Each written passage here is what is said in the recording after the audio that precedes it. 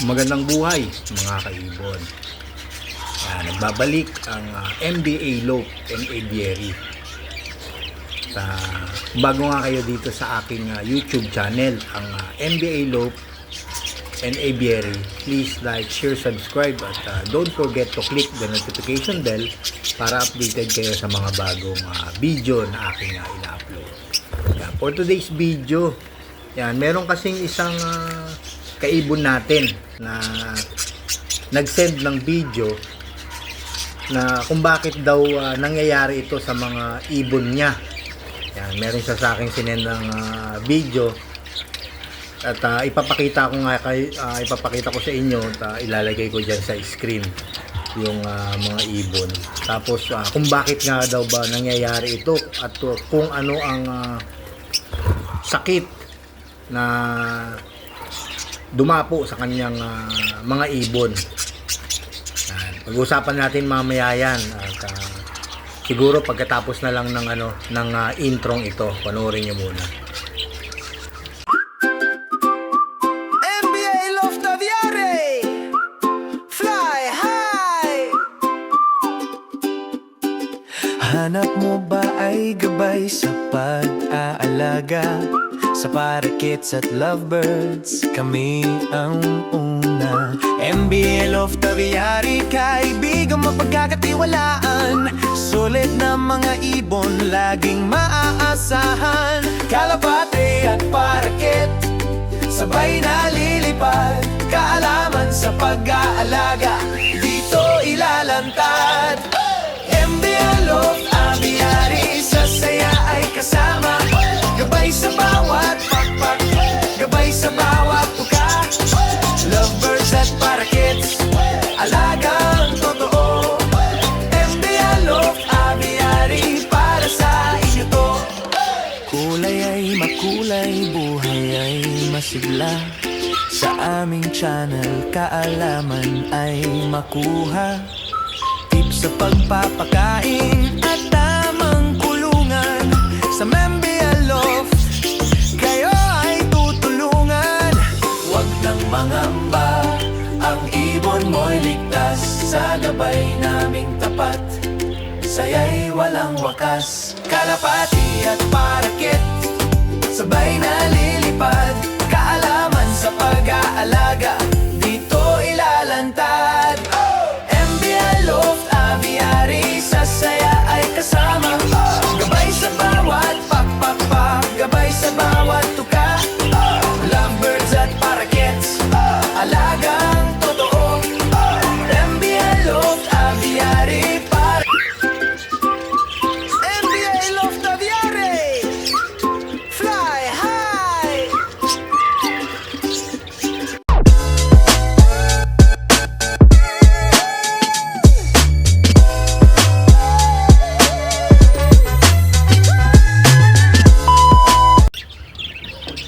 Welcome back mga kaibon. Balik tayo sa ating topic. Meron ngang sinend sa akin na video ng isang ating kaibon at tinatanong niya kung bakit nga daw nangyayari ito sa kanyang ibon, kung ano nga daw sakit na dumapo at kung may iwasan daw ba ito or at nakakahawa. Marami siyang katanungan kasi nga bago lang siya sa pag-iibon at siguro nangyayari ito dahil sa init na rin ng panahon ngayon, dahil ng summer ay nangyayari rin tong sitwasyon na to sa kanyang ibunan. Marami rin namang kaibon natin ang naranasan tong sakit na to, kaya minabuti kong gawan na lang ng video ang kanyang katanungan para yung mga bago na sa pag-iibon ay malaman din kung ano nga yung sakit nito ng nangyayari sa ating mga ibon. Ang sakit nga, ang tawag niyan ay French molt sa ating mga alagang ibon. Ano nga ba ang French molt sa ating mga alagang ibon? Siyempre ang French molt o kung minsan ay tinatawag na creepers sa English, dahil isa sa mga pinakakilalang sakit sa balahibo. Yan. Tapos ipapakita ko sa inyo yung video na sinend niya. Siyempre pag-usapan muna natin kung ano nga yung French molt at kung bakit nga ito nangyayari. Yan, sakit niyan sa balahibo ng ating mga alagang ibon, particular na sa budgie at parakeets. Yan, hindi lang ito sa mga parakeets nangyayari din ito sa African lovebirds, cockatiels at iba pang uri ng mga parrot. Yan, sa mga uri ng mga parrots ang nangyayari. Siyempre narito ang mga mahalagang detalye na dapat mong malaman tungkol dito. Yan, lalong-lalo na sa mga newbie. Yan. Sinasabi ko itong ginawa kong video ay hindi pa rin naman nangyayari dito sa aking ibunan, pero i-guide ko rin kayo sa aking sa aking pagsasaliksik, sa pagse-search kung bakit nga nangyayari itong French molt sa ating mga ibon, at i-share ko rin yung aking mga na-search sa inyo para at least malaman rin lalong-lalo na sa mga newbie sa pag-aalaga ng ibon. Yan. Number 1, ano nga ba ang sanhi nito? Yan, yung katanungan nga niya. Kung ano nga daw bang sanhi nitong French molt sa ating mga ibon. Yan, ipapakita ko muna sa inyo dito sa screen yung sinend niya sa aking mga video. Ito mga kaibon, yung sinend sa aking video ng ating isang kaibon. Yung mga ibon niya ay puro mga mga walang balahibo, walang pakpak at walang buntot. Ngayon, tinanong niya kung bakit nga at kung ano nga yung sakit na nangyari sa kanyang ibunan. Yan. Ito sa aking palagay, syempre dahil din sa sa init, sa init ng panahon ay nangyayari nga itong ang sakit na to. Ang pangalan nga ng sakit na yan ay French molt. Ng French molt, syempre ano nga ang French molt ay syempre ang madalas na inuugnay sa yan, sa avian poliomavirus. Yan, poliomavirus. Yan, APV ang tawag dyan. At ito ay isang uri ng virus na umaatake sa mga bagong pisang inakay or dun sa mga batang ibon habang sila ay nasa pugad at unti-unting lumalaki. Yan, nangyayari yan. Siyempre, yung pagkawalangan ng kanilang balahibor, paglalagas. Yan. Ano nga ba ang sanhi nito? Kung bakit nga ang nangyayari? Siyempre, dumuntay sa pangalawa. Anong rin ba ang mga sintomas na makikita natin at mga senyales na magkakaroon nga tayo ng ganyan sa ating mga ibon. Siyempre, hindi ang mga senyales nito kapag ang inakay natin ay hindi na sila makalipad. Yung tinatawag na fledging stage dahil nga wala na silang buntot at wala na silang mga feathers, yung mga pakpak. Para silang mga pugo, kung makikita na wala nang talagang mga pakpak at buntot. Siyempre, yung sintomas yan, yung sobrang paglalagas nga at biglaang naglalagas yung mga balahibo, kung mapapansin nyo. At yung mga mahabang balahibo sa pakpak at buntot ay unti-unting nawawala. Yung mga flight feathers and tail feathers. Tsaka sintomas niyan yung hindi na sila makalipad, gaya nga ng sabi ko, dahil nga wala nang sapat na balahibo sa pakpak. Ang mga ibong may French molt ay hindi na makalipad, madalas silang nakikita na naglalakad o gumagapang lamang sa sahig ng kulungan. Kaya nga minsan tinatawag daw nilang creepers dahil nga naglalakad na lang ito na parang ordinaryong manok na lang or sisiw na makikita at hindi na makalipad. Yan, tinatawag na creepers. Tapos sira na rin or depektibo na yung mga balahibo. Ang mga bagong tubong balahibo ay minsan kadalasan nga na abnormal na makikita, baluktot at madaling mabali. or meron tayong makikitang mga bakas ng dugo dun sa mga tumutubong balahibo. Yan, blood feathers, yan ang tawag niya. Tapos number 3, ang tanong niya, nakakahawa ba daw itong sakit na to? Siyempre, sa aking pagsasaliksik, siyempre oo, nakakahawa yan. Siyempre kumakalat ang virus sa pamagitan ng mga alikabok. Yan, mula sa balahibo. Yung mga lumilipad na mga balahibo mula nga dun sa may sakit na ibon. Yan, tapos pwede rin nating makuha yan sa dumi ng ibon. Tapos sa pag-inom ng mga magulang, umiinom sila doon sa tubigan nila na may mga dumi mga dumi, at isinusubo doon sa kanilang mga inakay.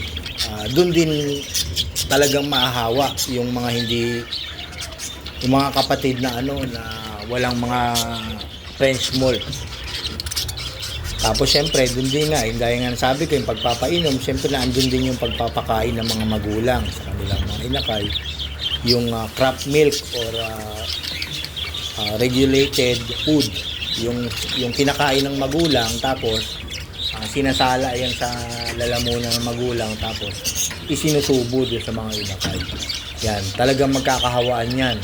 Syempre, hindi naman sa isang clutch niyan, merong nangyayaring ganyang sakit or isa or dalawa, at kung marami nga yung mga inakay, pwedeng mahawa sila at dumami. Gaya nga ng sinend sa akin video, nagulat ako kasi sobrang dami, halos lahat ng kanyang mga alaga ay wala ng mga balahibo at wala ng pakpak.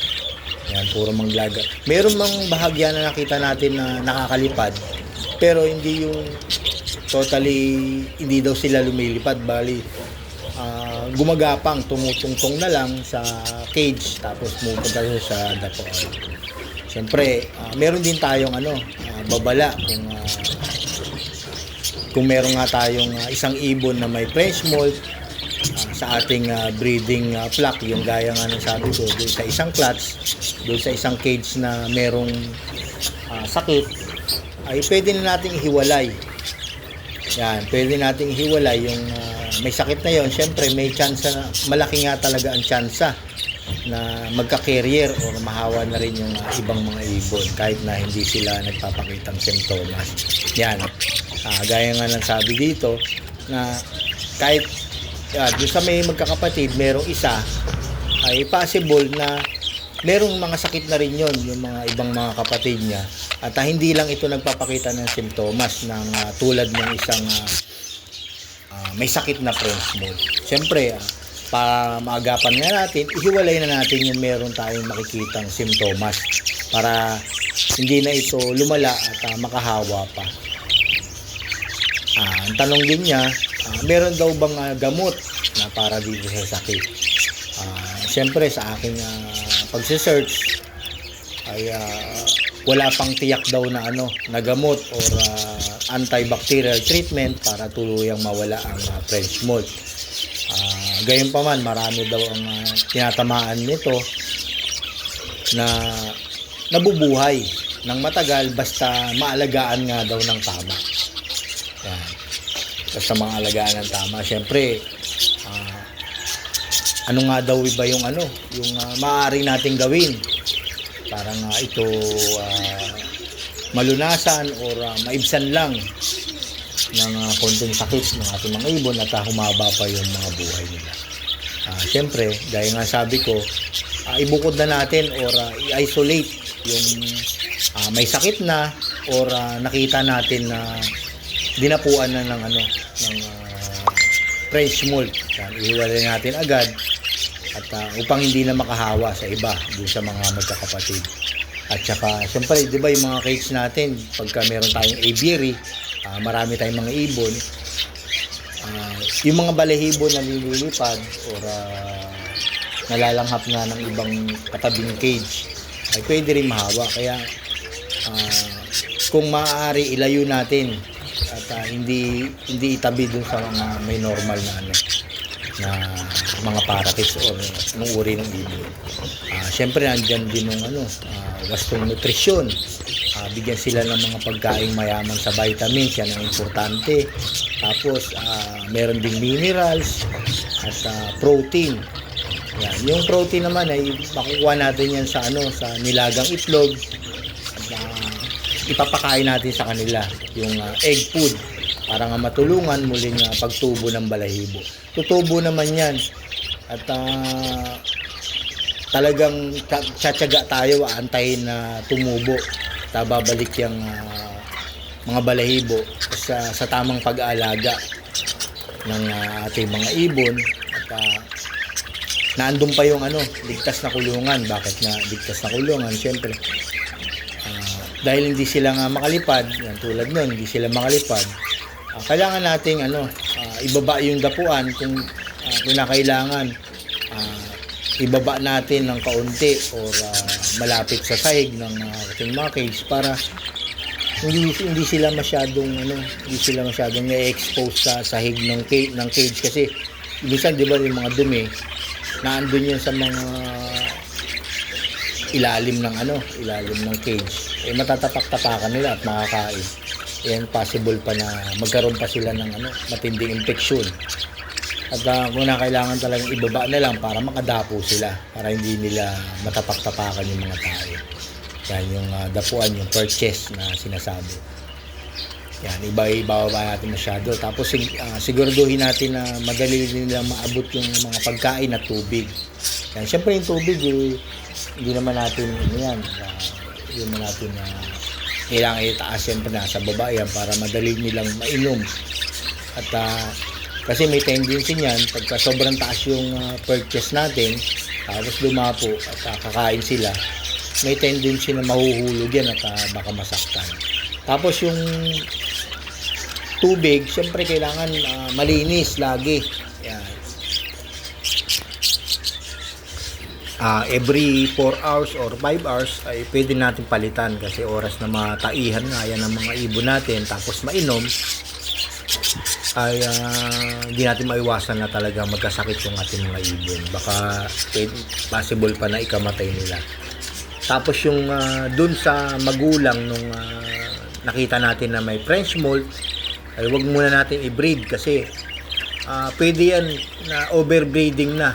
Kumbaga kasi 'di ba minsan tayo mga mag-iibon ay gusto natin tuloy-tuloy yung pag-iitlog.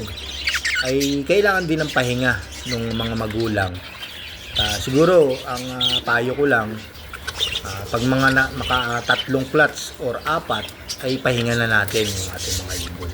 Kasi nandiyan yung sinasabi na continuous breeding tayo, tuwan-tuwa tayo na dire-diretso yung pag-iitlog nila at pag-iinakay. Hindi natin namamalayan na yung mga immune system ng mga gulang ay hindi na nila nakukuha sa mga pagkain. Basta iniintindi na lang nilang mag-itlog na lang mag-itlog. Siyempre kailangan natin ipahinga. Ihiwalay na natin muna yung mag-asawa at ikondisyon at para sa susunod na breeding ay kondisyon na at masigla sila. Tapos nga yung iwasan din natin yung nasabi ko na, iwasan natin yung overbreeding na kailangan natin ipahinga. Yan, sundin nyo na lang yung mga sinabi ko. Malalagpasan natin yung sakit na yan na French molt. Yan, hindi lang dito yan sa atin sa Pilipinas, nangyayari din yan sa ibang bansa. Ang pagkakaalam ko, unang nangyari niyan sa bansang Banyaga doon sa French, kaya nga French molt doon talaga na gano'n nangyari. Yan, kaya iwasan na lang natin ng over breeding, tapos magbigay tayo ng mga masustansyang pagkain, vitamins, mga gulay, malinis na tubig, yan, saka malinis na kapaligiran. Yan, tapos pwede nga tayo maglagay sa mga tubig natin ng mga vitamins na pampalakas sa ating mga ibon, sa mga immune system para nga hindi sila kagad dapuan at maiwasan yung mga sakit.